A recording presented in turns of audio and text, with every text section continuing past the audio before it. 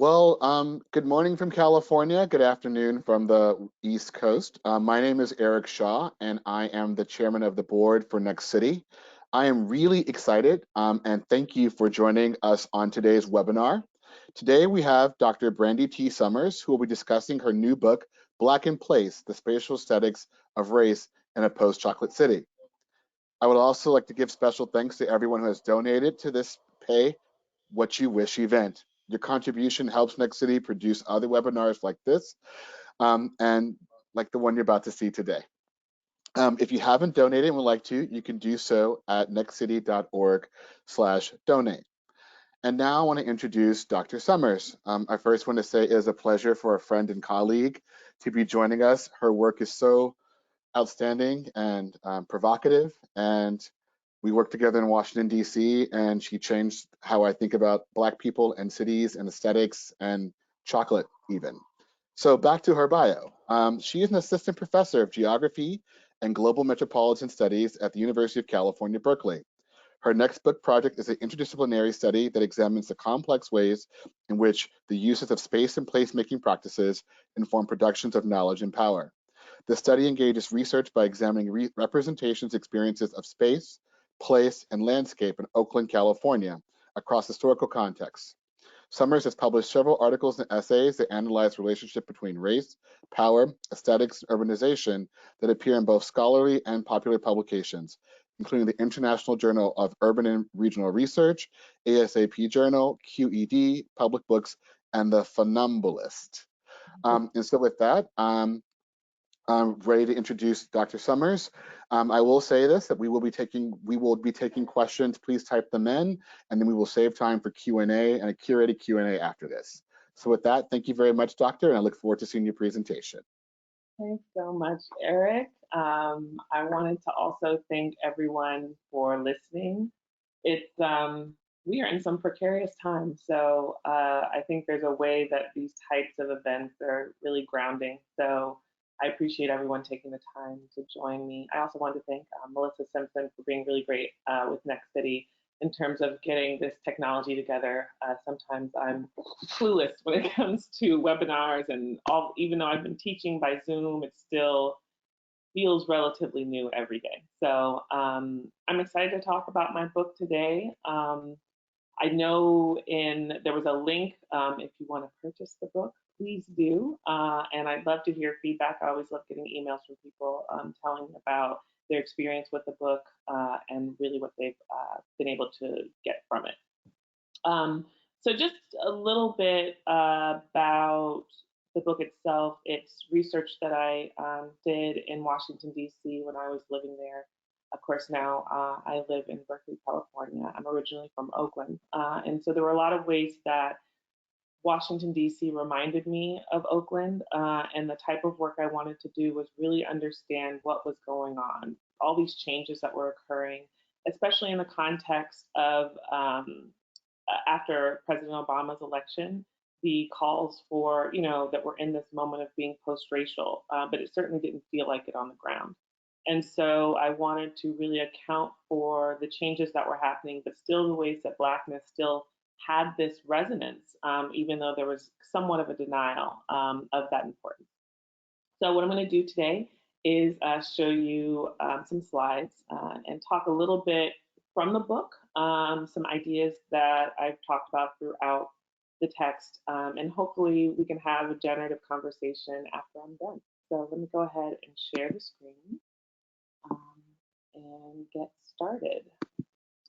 So, I know I'm talking to, this isn't just necessarily a group of academics. I'm really talking to some practitioners, whether it be planners, architects, and educators, but then also folks who have a real investment in the cities in which they live. So for the most part, I think people have an understanding or at least a vision of what they think about when they imagine urban gentrification in the US. So we're all pretty familiar with how it works. Generally, you'll have a working class community that's often inhabited by Black residents, and it'll sit up next to an upper middle class community where there had previously been residents that were priced out. So during the next real estate cycle, you'll get this gradual pressure that results in wealthier people purchasing more homes in working class neighborhoods, which eventually prices them out, also requiring them to seek further housing outside their communities. So this, of course, produces longer commutes and really a net loss of wealth. But what I really want, or at least a thread that really goes through my book, is focusing on the fact that gentrification is a lot more than what occurs at the local level. There's really greater historical and contemporary processes at play, which end up leading up to multiple forms of displacement and capitalist dispossession. So generally, scholars, those that I'm talking to and others that perhaps I'm not, have considered urban gentrification this inevitable economic phenomenon. They argue really that gentrification is about exclusion or about the invisible hand of the market just coming in and taking things that had been previously accessible and then make them way too expensive and therefore unavailable to working class residents and consumers. They end up focusing primarily on displacement, unregulated, market driven development that pushes out current residents, renters, and landowners like the ones I mentioned above. There is, however, a lot less emphasis on the devaluation and the revaluation of physical assets and communities within the context of gentrification, specifically through public policy. So if we think about urban renewal, or what James Baldwin famously called Negro removal, also along the side of redlining and uneven development, it really congealed this seemingly natural link between Blackness, underdevelopment, place, and poverty as ideas of what we think of in terms of urban almost always signify Blackness. So, trying to go to the next slide. There we go. My book, Black in Place, it considers the ways that Blackness figures into processes and practices of urban gentrification. The book really looks at the role of race as an aesthetic in the 8th Street Northeast corridor, which is a historically Black, rapidly gentrifying, or I'd say gentrified, commercial district in Washington, D.C. And really what I'm looking at is this shift from D.C. being a chocolate city to a diverse, cosmopolitan metropolis. So really, in particular, the book describes the changing historical role of Blackness and its interaction with processes of gentrification. I'm using this smaller space, 8th Street, to tell a much wider story about cultural change, also about racial conflict, capital flows, governance, and gentrification. 8th Street really perfectly illustrates a problem that emerges when Black areas are ultimately primed for revitalization. So I'm really situating the gentrification of 8th Street to detail how Blackness went from a set of political commitments that are rooted in the preservation of Black life to this aesthetic that's integral to cultural displacement and the material dispossession of Black people. In particular, I'm using Blackness as this central analytic lens to understand how racism shapes Black life, and then also how liberal proclamations of, post-race or race neutrality and calls for diversity only serve to marginalize and displace Black people. I'm arguing that Blackness is intermittently and it's also simultaneously pathologized, it's celebrated and sanitized for capital, and is subsequently subsumed under a capital-friendly umbrella of diversity. I'm locating what I call an aesthetic infrastructure of gentrification in the ways that like craft brewmasters, high-end eateries, city planners, and corporate retailers all deploy an aesthetic of Blackness to help landmark and brand the spaces in and around their investments. So, how did I do this?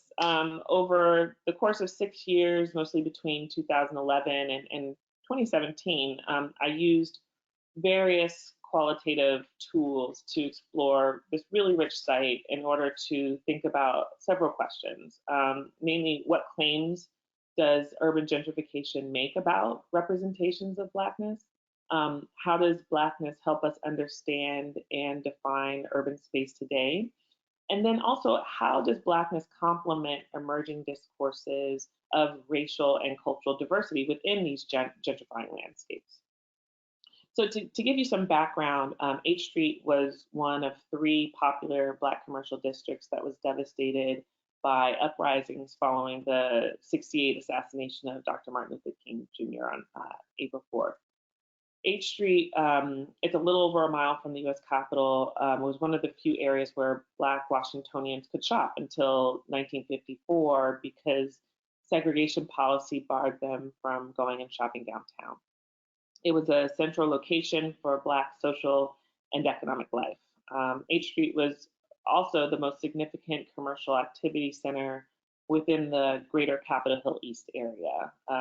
Actually, it was second only to downtown DC in the production of jobs and tax revenue.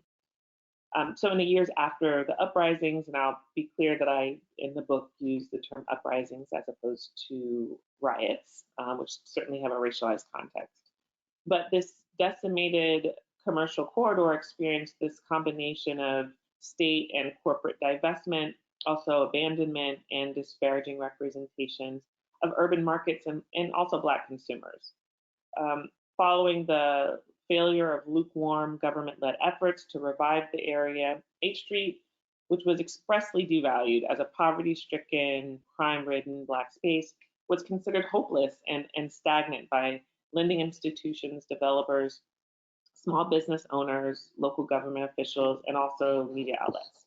So really this Black geography was classified as an imperiled and dangerous space. But over the past decade or so, the cultural and commercial landscape of H Street has shifted, making a lot more room for lifestyle-oriented businesses that cater to wealthier and white residents, as well as tourists that move in and through the nation's capital. So, for example, H Street was named USA Today's top up-and-coming neighborhood, and then was later in 2012 named one of Forbes magazine's hippest hipster destinations. And I always love to show this picture in presentations to show the pie guy and his dangerously delicious pies. I am not a fan, but it seems popular. So super, super pricey big pies. Anyway, linked to these designations has been this gradual demographic shift in the area's population. So now, the location of the H Street corridor is recognized as a particularly attractive space for commercial and residential development because of its proximity to the Capitol and to Union Station, and because it's within distinct commuting distance between itself and Penn Quarter and downtown and other popular neighborhoods. And as you see, I had to update this chart here to reflect the population. And according to the census, they're projecting what the demographics are going to look like in 2024. But it's quite an interesting graphic to see how there's really been this literal mirroring, just the opposite in terms of the Black and white population in the area. So in the book, I'm situating the revitalization of H Street within a broader context of contemporary urbanization, where this aestheticization of race and space undergo rapid gentrification in commercial districts. And when I'm talking about aesthetics, I really am referring to the visual and affective judgments of taste. So within urban landscapes, aesthetics through the use of branding strategies, media campaigns, also heritage tourism and design elements, they're used to attract commerce, also customers and residents. So when I'm using aesthetics in this context, I'm talking about those visual representations of nostalgia or the marketing of luxury goods as well as architecture. So as an example, and this is something that I talk about in the book, several post-industrial metropolitan cities have been enacting policy to preserve the historical character and design of neighborhoods, which typically involves this restoration of modern era architectural elements. Gentrifying commercial spaces that had been for years the site of a ghetto economy. In DC, that means things like check cashing facilities, Chinese carryouts, discount clothing stores, liquor stores, and also outlets that were selling go-go music. These particular venues targeted and served long-term poor and working class Black residents generally. If they're still around, these businesses are most often adorned with steel security gates on the exterior and bulletproof glass on the interior, which creates this discordant image of the city's revised aesthetic vision for the space. So the menacing gates and the bulletproof glass for many are just aesthetic symbols of a violent past. The gates are also known in the security industry as riot architecture, ironically, and they arose in neighborhoods during periods of social turmoil and economic decline and disinvestment. So although urban renewal strategies were planned in several cities, architectural changes were implemented instead, especially after the 60s. So defensive disciplinary architecture like those steel security gates, the large concrete walls, those barrel-shaped bomb-proof benches and barbed wire fences effectively produced and they policed social boundaries. Both crime and fear ended up becoming explicitly linked to Black bodies, where the process of criminalizing Black people as the primary offenders, but of course not the victims of crime, produced a fear of Blackness and a devaluation of the physical structures that are associated with Black neighborhoods. The result was, of course, the implementation of riot architecture in primarily lower income Black communities. So ultimately, city officials, business owners, policymakers, and developers began to address these conditions by using urban revitalization primarily as a strategy, precipitating gentrification rather than fostering equitable development. So several cities have started to rid their buildings of this defensive architecture or any other external treatment that further degrades and marginalizes the physical asset. What ends up remaining is the labeling of objects and spaces as Black, even when Black people or Black bodies aren't present. This underscores the ways that urban decay and ruin are often attributed to Blackness. This is also how Blackness and the aesthetics of Blackness are understood by policymakers, developers, and the incoming gentry. But what I'm saying it's showing instead is this history of white flight, this dynamic process of disinvestment and reinvestment. And it's the aesthetics that mark capital in important ways and help us understand the ways in which capital flows. So the revised gentrified landscape is decidedly urban. It just has these upgrades, these aesthetic upgrades, as it reflects the coupling of a new economy with new urbanism. Gentrification is explicitly aesthetic. It's also an urbanizing process. The aesthetics of gentrification become especially clear as we're looking at the built environment. So the street becomes a place where minimalist monoculture is popular. So you see here this aesthetics of locality where there's placemaking through details like exposed brick or, as you see, wood, repurposed signage, chalkboards, and also rust metal. It's this hipster retro aesthetic that ironically signifies a kind of working class authenticity through its presentation of old but new businesses. And it's these aesthetics that couple with the systemic devaluation of assets that are critical to low-income people and the revaluing of those same assets for the rich.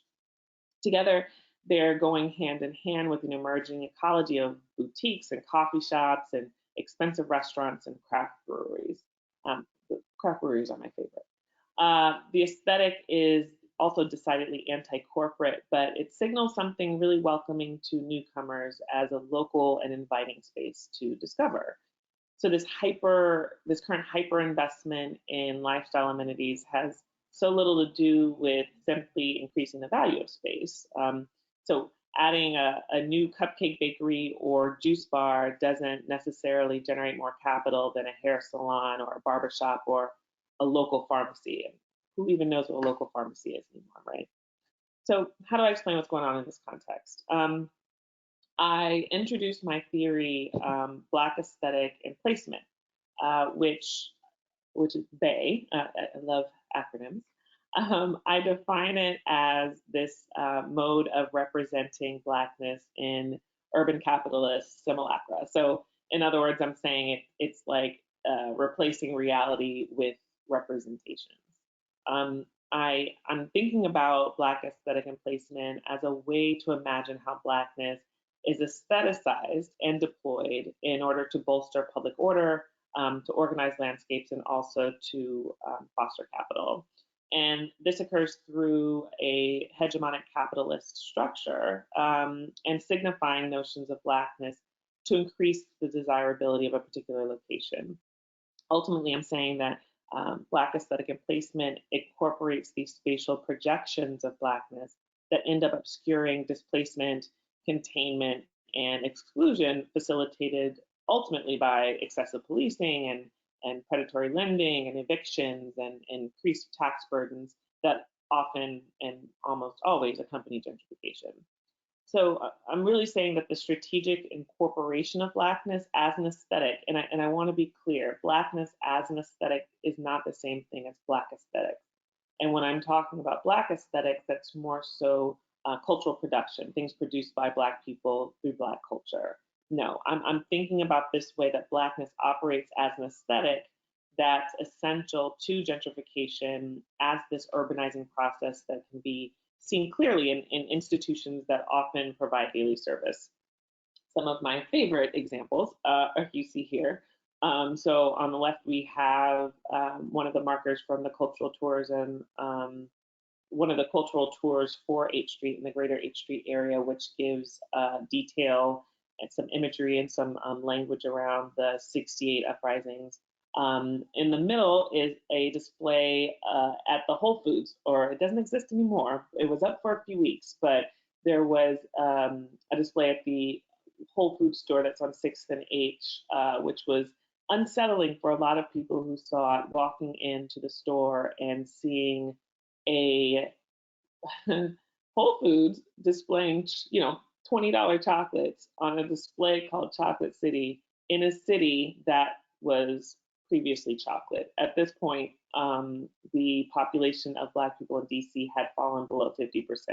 So it was startling to see. On the right, then you also see this image that's in the H Street Whole Foods that's really speaking to this particular legacy and history of the street. So it tries to draw people in and making the local context that Whole Foods is able to tap into. So the presence of these racial aesthetics disrupts narratives commonly associated with gentrification, namely displacement in these neighborhoods that had largely Black populations. There's a residual Blackness that gets carried over into gentrifying spaces, and it becomes a model with aesthetic markers of Blackness prominently on display and ready for immediate consumption. Revitalization, renewal, and redevelopment enact violence upon those who lived and toiled around the neighborhood in previous years, despite those euphemistic and incredibly popular characterizations. So when an urban landscape ends up being too Black, however, the gentrified space demands some kind of calibration. So I talk about this example in the introduction of my book. In June 2012, DC's Deputy Mayor for Planning and Economic Development, or some might be familiar, DEMPED, hosted a meeting to discuss a retail grant program that was launched in 2011. It's called the Retail Priority Area Grant, and it provided up to $85,000 to small businesses along H Street. The language of the grant and accompanying legislation had already caused some drama amongst business owners because the grant explicitly excluded certain service-oriented and retail businesses from applying. Notably, those that were, I forgot to talk about this slide. This is a fun one, we can come back to it. They excluded certain businesses, right? So that included liquor stores, restaurants, nightclubs, phone stores, barbershops, and hair salons, as I've highlighted here. And so this was really a particular concern because most of the businesses on H Street at the time, especially those owned by Black shopkeepers, were service-oriented enterprises, right? So in this meeting that I attended, and this wasn't the first, it was primarily the second meeting that had been held by DIMPED, but one of the first questions from the audience was from this white woman who had asked for clarity on how the agency was defining a hair salon. She owned a holistic wellness center and wanted to be sure she could apply for the funds. And so the DIMPED representative just seemed a little bit befuddled. And so after a delay in her talking to her colleagues, she asked one of her colleagues for assistance in defining the term. They ultimately concluded that a hair salon is a business that has dryers and sinks to wash hair. And it's funny to think that it took time to define what a hair salon is, but I think it's one of those things where it's such an everyday, a mundane kind of business in that you imagine everyone knows what it is, right? So by the end of the discussion, the DIMPED representative said that the Inquiring Business Owners Wellness Center wouldn't be considered a hair salon, and she was therefore encouraged to apply for a grant. So really, I was convinced that the owner of this holistic wellness center recognized that the policy was ultimately anti-Black in its exclusion of hair salons. So she was trying to make certain that her business didn't fall victim to the same fate. Any cursory knowledge of the city and of H Street's commercial landscape points to the designation of hair salons as Black. Hair salons have been an important mainstay in Black communities, ultimately because they provide wide access to entrepreneurial opportunities, especially for Black women. Black entrepreneurs, including salon owners, are often denied access to resources to build and maintain successful businesses. Historically, the management of Black urban spaces in a segregated economy, primarily from the early to mid 20th century, prevented Black people from developing the range of businesses necessary for interlinking economic structures. But more importantly, the segregated Black economy limited entrepreneurs to body-oriented services like barbershops and hair salons because white people didn't really have an interest in competing with or patronizing Black salons because the industry lacked prestige. And so as the geographer Bobby Wilson explained, he said, whites distance themselves from nurturing and aestheticizing of the Black body, right? So unlike a barbershop or a hair salon, a holistic wellness center joins this demand and increasing presence of the local, organic, vintage, handmade, sustainable businesses that are appearing in cities all over the country. And so despite the high tax revenue that's generated by hair salons and barbershops and other service-oriented businesses in an economically diverse climate, creative and innovative retail and service offerings are ideally represented by an Orange Theory location, right? Or Soul Cycle, or I can't even think anymore. Policies and programs like these carefully craft a business landscape that relies on new upscale businesses, but also requires a balance of certain kinds of traditional Black businesses. And I show these two images now. You know, before when I started talking about this book, the image on the right felt pretty current because Horace and Dickies was open. But prior to the pandemic, Horace and Dickies announced their closure in March. So just to see these really both iconic and everyday Black businesses suffering under the weight of this economic and urban restructuring.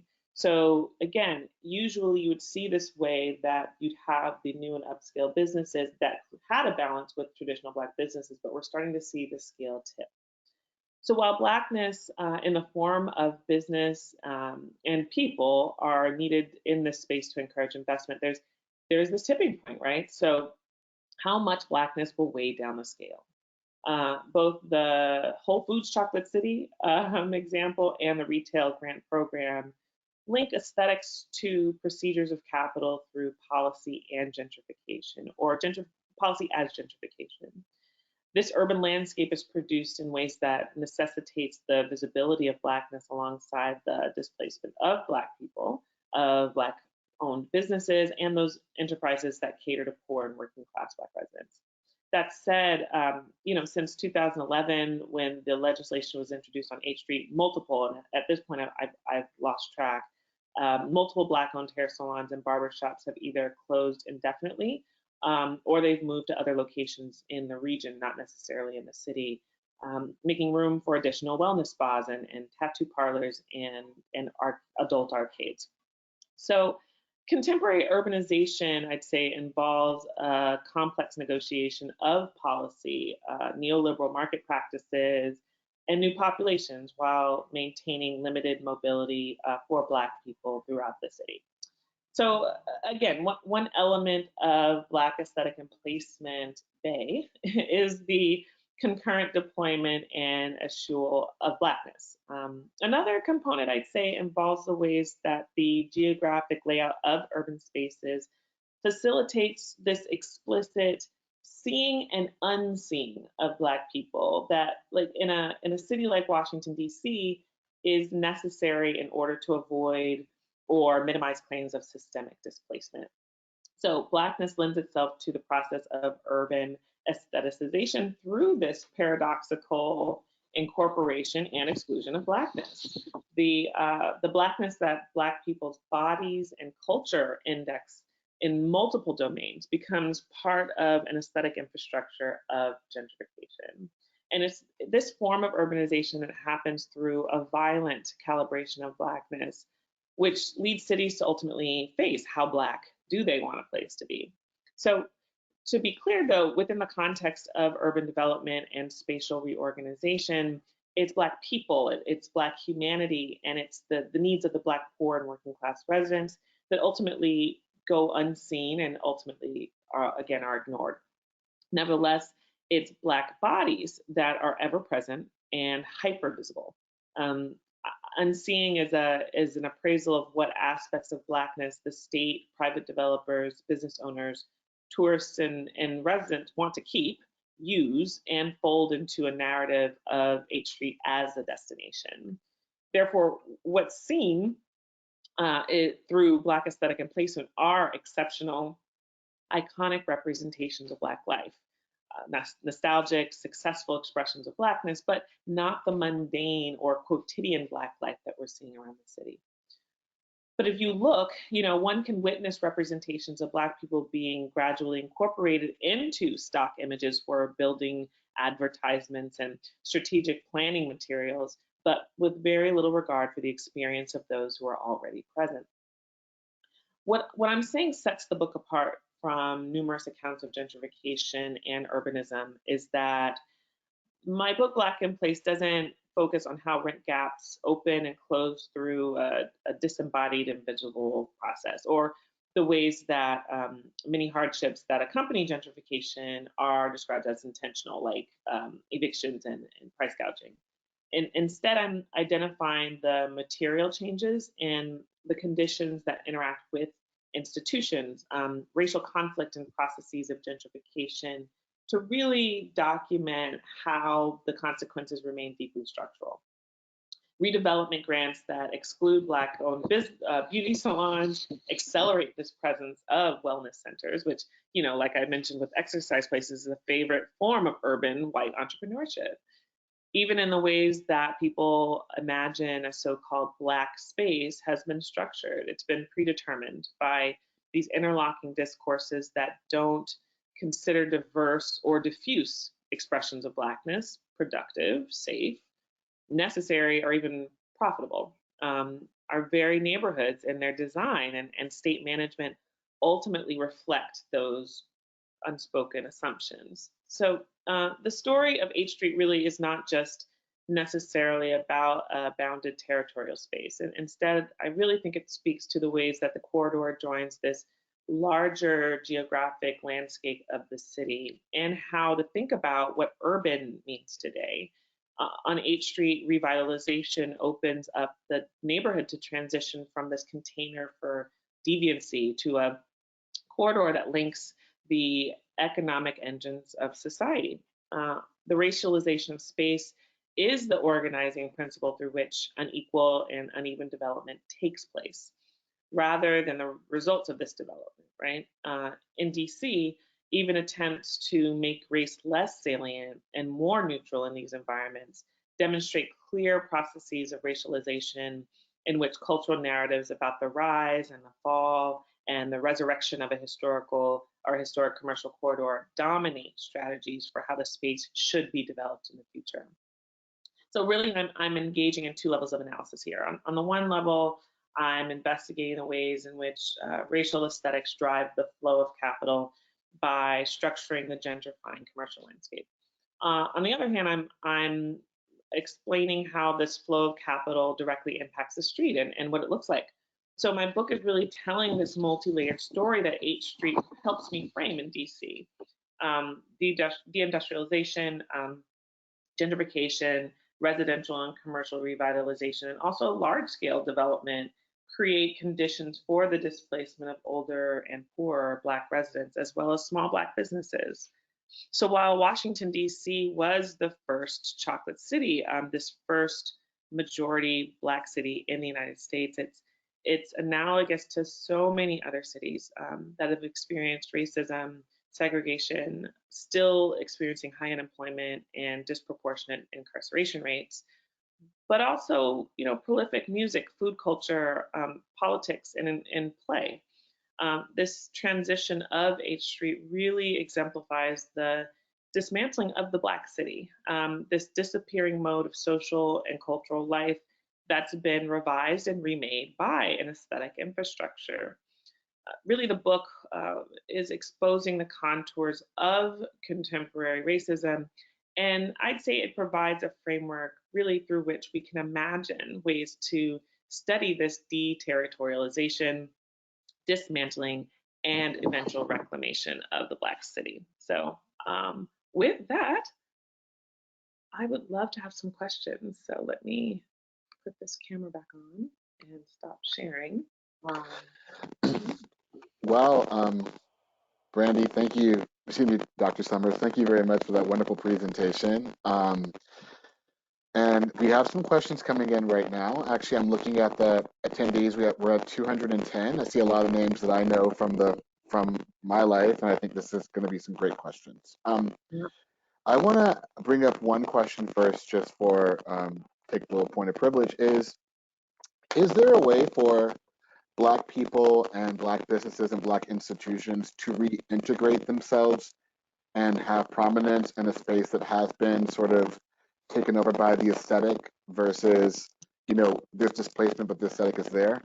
Something about H Street Festival or some other things like that, where we're really trying to push, or there's a push now to reinstitutionalize Black businesses that have been displaced by this work. Sure, and thanks for that question. I mean, knowing, of course, your history in DC, and you're very familiar with the goings-on of DC, and specifically thinking about H Street, I think it's a matter of addressing the needs of the Black population. So I think there's just been too much focus on a more limited or marginal idea of who and what Black people are and do, right? And so ultimately, it's one of the ideas that if you're helping the most marginalized populations in your city, you're probably going to be able to help everybody. And so I think it's more so recognizing the utility, honestly, of a lot of these Black businesses. That yes, you still need someone to fix your vacuum cleaner. Yes, you still need a local pharmacy. Yes, you still need, if we think about the significance of bodegas in New York, right? Like, especially in times like these where we can't necessarily feel safe going into huge grocery stores. Oh, sorry. We can't necessarily rely on these huge corporations. And so in times of trauma, in times like this, honestly, this is when we really need to buckle down and look at these smaller businesses.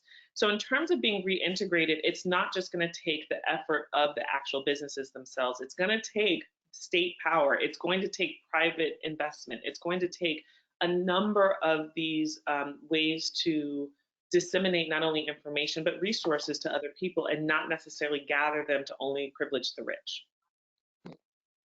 That's great. And respecting Black markets, right? H Street stood for Hair Street, right? So If you need to Right. get your hair done, get your hair, not your hair done, right? There's a difference. That was the space that Heritage Street stood for. Um, Absolutely. And to follow up really quickly, that's right, right? So part of it was the fallacy of thinking that it's just about profit. And so, as you know, beauty salons are incredibly profitable, they generate incredible revenue. So this isn't just about not producing enough money. It's really about how a quarter, like it's too many beauty shops, but it's like exactly where do you go to get your hair or your hair done? So you need to know where those locations are, not necessarily diversified in ways that disproportionately affect Black people. okay, I'm hearing my audio is cracking. I knew that, so hopefully we can work through this because I can't go off the phone. Um, can we talk about the question of Black leadership and all of this too? You know, it's Chocolate City with a Black mayor. In full disclosure, I was the planning director, Black planning director. But what is the role of Black leadership and sort of in this space and in this work? Yeah, I talk a little bit about that in the book, and especially the transitions that took place. As we're thinking about Mayor Barry, as we imagine kind of what happened under Mayor Williams, Fenty, and on. Oftentimes, I think it can sometimes not be productive to just think about cities having solely Black leadership because Black leaders can create just as much violence against, marginalized Black communities as white leaders or other, right? So it's more so understanding the policy and speaking to your community. I think there are ways that various forms of life have become really cities financialized in that everything is about profit, everything is about growth, rather than creating conditions where people can actually live, eat, walk, right? So though there might be this enforcement of creating a walkable, bikeable city, you're still not accounting for the people who have to drive into the city to work. So it's really there's a, I think it's important for leaders to draw on information and expertise outside of that political circle. And so that might be talking to geographers, that might be talking to community organizers, that might be talking to activists, business owners. And yes, they say they do. But I think in terms of sharing information and really understanding your population, that means it's going to have to evolve. You can't necessarily use the same tools that, your predecessor used, or, if you are handed a seat that you're going to use kind of the tools that someone else has given to you. Instead, you really, especially as a Black leader, have to recognize the ways that you aren't just a figurehead, that the expectation is that you're going to speak to the communities that you represent. And like I said earlier, I think when you do help the people who need the most, you're going to be helping everyone. So understanding that we shouldn't take this bootstraps, mentality that everyone should just figure it out for themselves, or if they're not successful, it's because of their own shortcomings.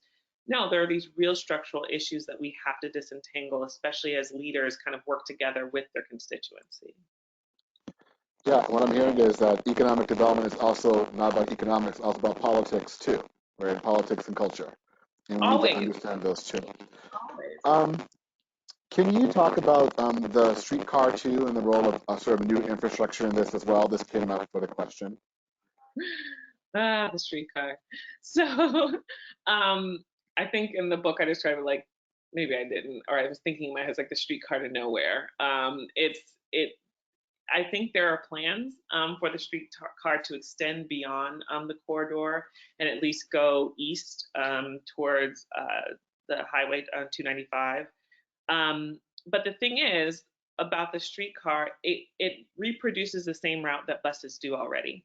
And so the one bus in particular that's notorious on H Street is the X2. There's a blog about it, right, in terms of the behaviors that are on X2. And, in DC, like most major regions, the people who catch the bus the most, who use public transportation in that vein, are Black or people of color, right?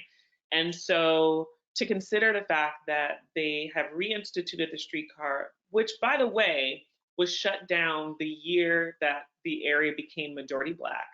So if we're imagining kind of what the streetcar meant historically, there is this way that bringing it back is this tie to nostalgia, an older way of living, an older way of being, rather than understanding the needs of the people who are there. that particular intersection at 8th and 8th is or was the highest bus transfer point in the city, right? And so what that means that you're going to, and that commercial cluster that's around that particular intersection was really vital because of the people that were traveling on buses there. So to have the streetcar to nowhere doesn't necessarily address the particular issues that are going on in the city. On top of the fact that it took forever to build it, right? And so with the construction of the tracks, it disrupted, as we talked about, Black businesses. It disrupted beauty shops, barbershops. And I don't know, when I used to have more hair, I would spend hours in the beauty shop. And so when you have someone who doesn't necessarily live in DC, who's coming from Maryland or Virginia to this particular business, they need to park for a couple, 3, possibly 4 hours. So if you have streetcar construction going on, they're highly ticketing people because they can't park on the main road where the barbershop or beauty shop is held, right? So that creates this instability in terms of the businesses who can come in and who can stay for long. And it's those types of elements where so many businesses were pushed out because of the infrastructure, not because there's some racist overlord who's coming in and saying that we don't want this type of business. It's literally built in the infrastructure. So I know that, the streetcar is a source of contention for a lot of people. And I I think I answered it, but we need to think about transportation infrastructure overall. So this is a question about the appropriation of sort of negative naming of Black communities. This is from David Peters. It says he worked in a neighborhood that there was a Black neighborhood that was called Ghost Town that the residents did not particularly like because of its connotation to the negative things around African Americanness. But now it's being incorporated into the new name of whiteness in these white spaces. Can you talk about that and how that's negotiated? Sure. I mean, I think it's this way of, so as I talked to the end about reclaiming and reclamation, it's a way that you take pejorative language and flip it and make it something that's a source of pride. And so what oftentimes those neighborhood names, street names, businesses, what have you, it's like you're taking it back. There's a sense of power and agency when you're able to take it back and flip it. And so I think that's happening all around. The issue, of course, is once something kind of becomes public knowledge and part of the public imagination, it gets taken and recycled, and then there's a certain kind of representation of Blackness that comes with it. So, I'm imagining David's talking about Oakland, and, I'm thinking about various areas where, there is that cosmetic grit. There's a way that you're cool if you go into a more dangerous neighborhood. And so as there's this transition in various neighborhoods, I mean, this happened a lot also in San Francisco. You're imagining how there's a source of authenticity that comes from this naming and renaming. So it's for the people who live there, it might serve a certain significance, but the folks who are coming in and quote unquote revitalizing it, it serves a completely opposite. So we got a lot of questions around Black artists and the role of sort of Black culture, Black cultural producers in this. So I have that from two spaces. How are Black artists creating this aesthetic or being impacted by this aesthetic? But also we know that a lot of Black artists got pulled into the Atlas Theater to sort of prove that they were Black by having non-DC Black artists come in. So so can you talk a little bit about that as well? Sure. And, yeah. So the role of Black artists, that's the thing. I think DC has some of the most incredible public art. If you look at, and so I'll tell you, there are specific time periods too. When you think about like Cool Disco Dan and like some of the people like where it's like rogue art that was put up on the DC walls and DC streets, it was incredible. Like it really, you could map out like in thinking about Black geographies, looking at Black art was this way to create place for Black people in DC. Even just thinking about the music, I mean, we know what's going on with Don't Mute DC and go-go music and the significance of go-go culture and really literally Black people staying in place. The thing is, like with most art, if it becomes commercialized, there are developers, large-scale developers, who are building, these high-end facilities or high-end condo buildings or apartment buildings, and they're commissioning artists to come in and put art on the sides of their buildings. So I've taught about this with my students, where there's a way in which it's legitimizing the concept of graffiti, but it's commissioned. So it's not graffiti, it is public art. And so, in a way, the private developer, the wealthy developer, gets the opportunity and the power to determine what goes on the wall. So that means you don't have that free expression. There's no form of transgression like the graffiti previously, as you look at DC. So I think that it's that, as I don't talk about it much in the book, but there's this switch really, and that's why I want to create a designation between Black aesthetics, which are those forms of art, cultural practice, music, dance, etc., and Blackness as an aesthetic, which is this commodified version that's supposed to stand in place of actual Black people. And so with Black aesthetics, I still think that's literally the heart, right, of the city. It's a way to create memory, to memorialize, to commemorate what's been there and what could be in the future. It's literally only through art that we can kind of imagine futures. I've been reading lots of sci-fi books lately just to get my head around what's going on right now, and just like, dude, they had it already. They knew we were going to go through this pandemic, and they are literally laying it out. So it's really art that allows you to be aspirational and think about the ways that you can imagine the city you want to live in. And I think that's what Black artists should continue to do, is show us the world you want to live in, because this is unbelievable otherwise.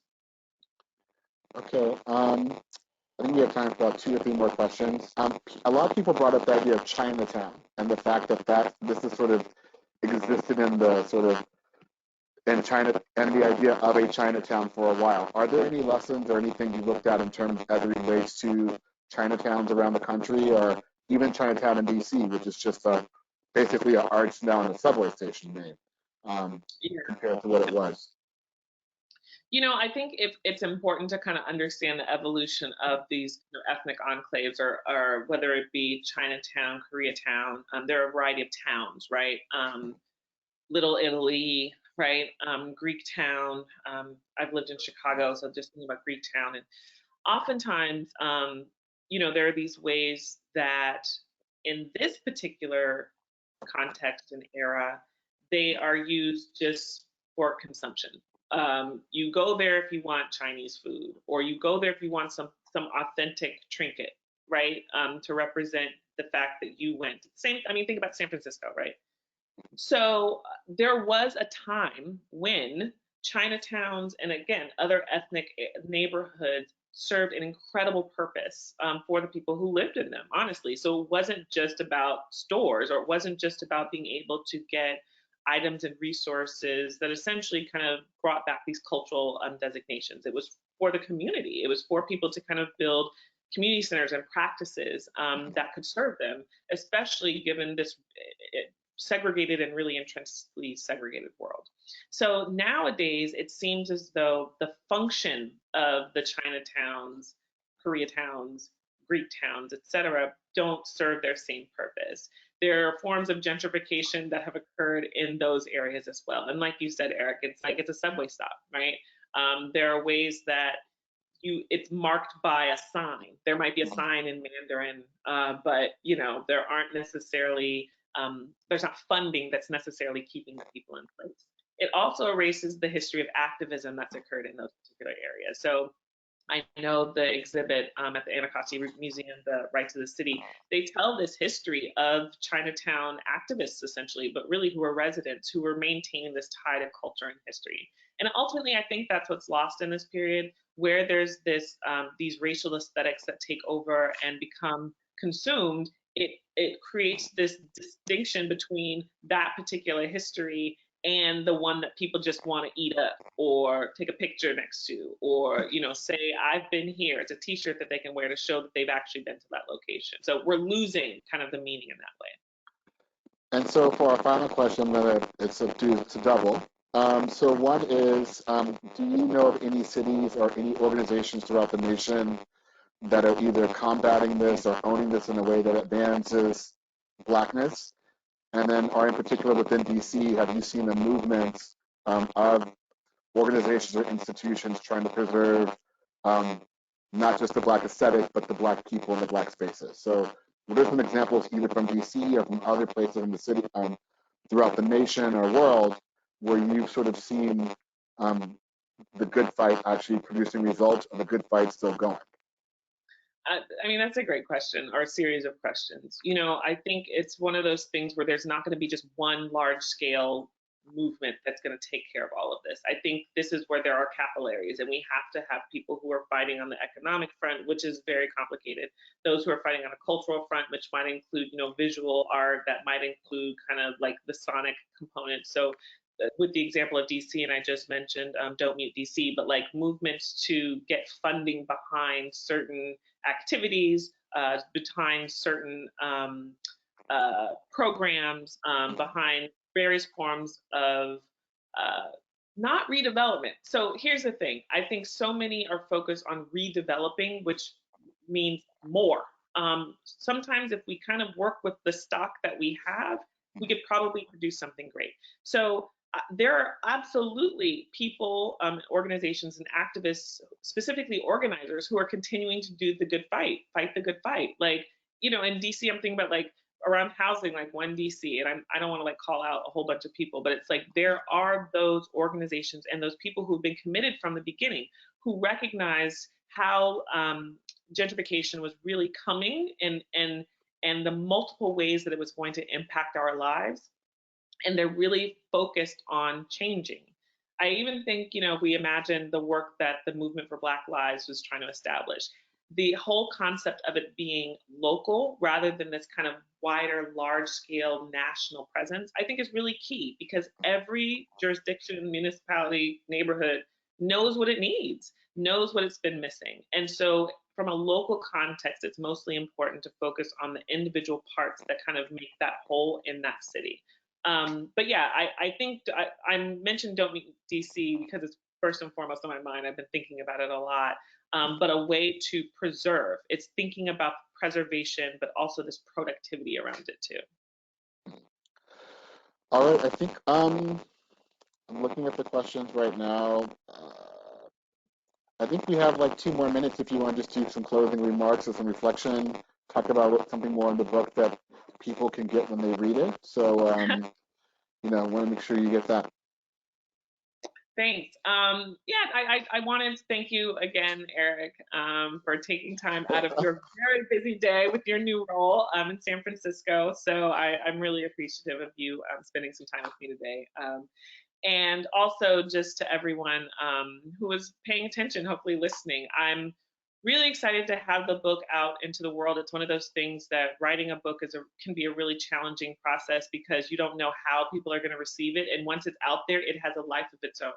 So I can have all the intentions in the world that I want people to pick up on certain themes. Mainly, like I mentioned earlier, gentrification is not just about housing, that it has so many implications, and the foundations are structural. Yes, we have to go back to thinking about segregation. We have to go back and think about urban renewal. We have to think about the ways that Black people specifically have been disproportionately given less access to services and amenities, and ways that we should use active language to talk about change. That, for example, white flight wasn't this kind of accidental thing that happened, that there were policies that really encouraged this movement from the city and really did disinvest these particular locations. And so we have to be very clear about our own positionality as well. I think being a Black woman in a city that has a lot of Black people enabled me to have conversations that a lot of other people wouldn't have been able to have. And I understand that, and I'm grateful for it. So I do hope that if you haven't picked it up, that you do pick it up. Again, as I mentioned earlier, I always love to be in conversation with people about it, about its ideas. I'm still working through a lot of it, a lot of the things that I wasn't able to fit in the book, especially around the concept of reclamation or just kind of remaining in place. How do Black people stay in place? How do you prevent, this slippage? How do you prevent this push out, right? Especially now, given the context of this real shock and the shock doctrine that is being that we're experiencing right now with the pandemic. How can we kind of close ranks and figure out what to do next? So again, something I'm still thinking about, but I really do appreciate everyone for joining, and thank you so much, Eric. Thank you. And so I see for people, nextcity.org/webinar, this will be posted on there, I think today or tomorrow. So if you want to refer it back and get all the nuggets again, share with your organizations. And so with that, I'm going to thank you guys very much and ask the host to log us off. So with that, thank you very much. Have a wonderful Wednesday. All right. Stay safe. Bye.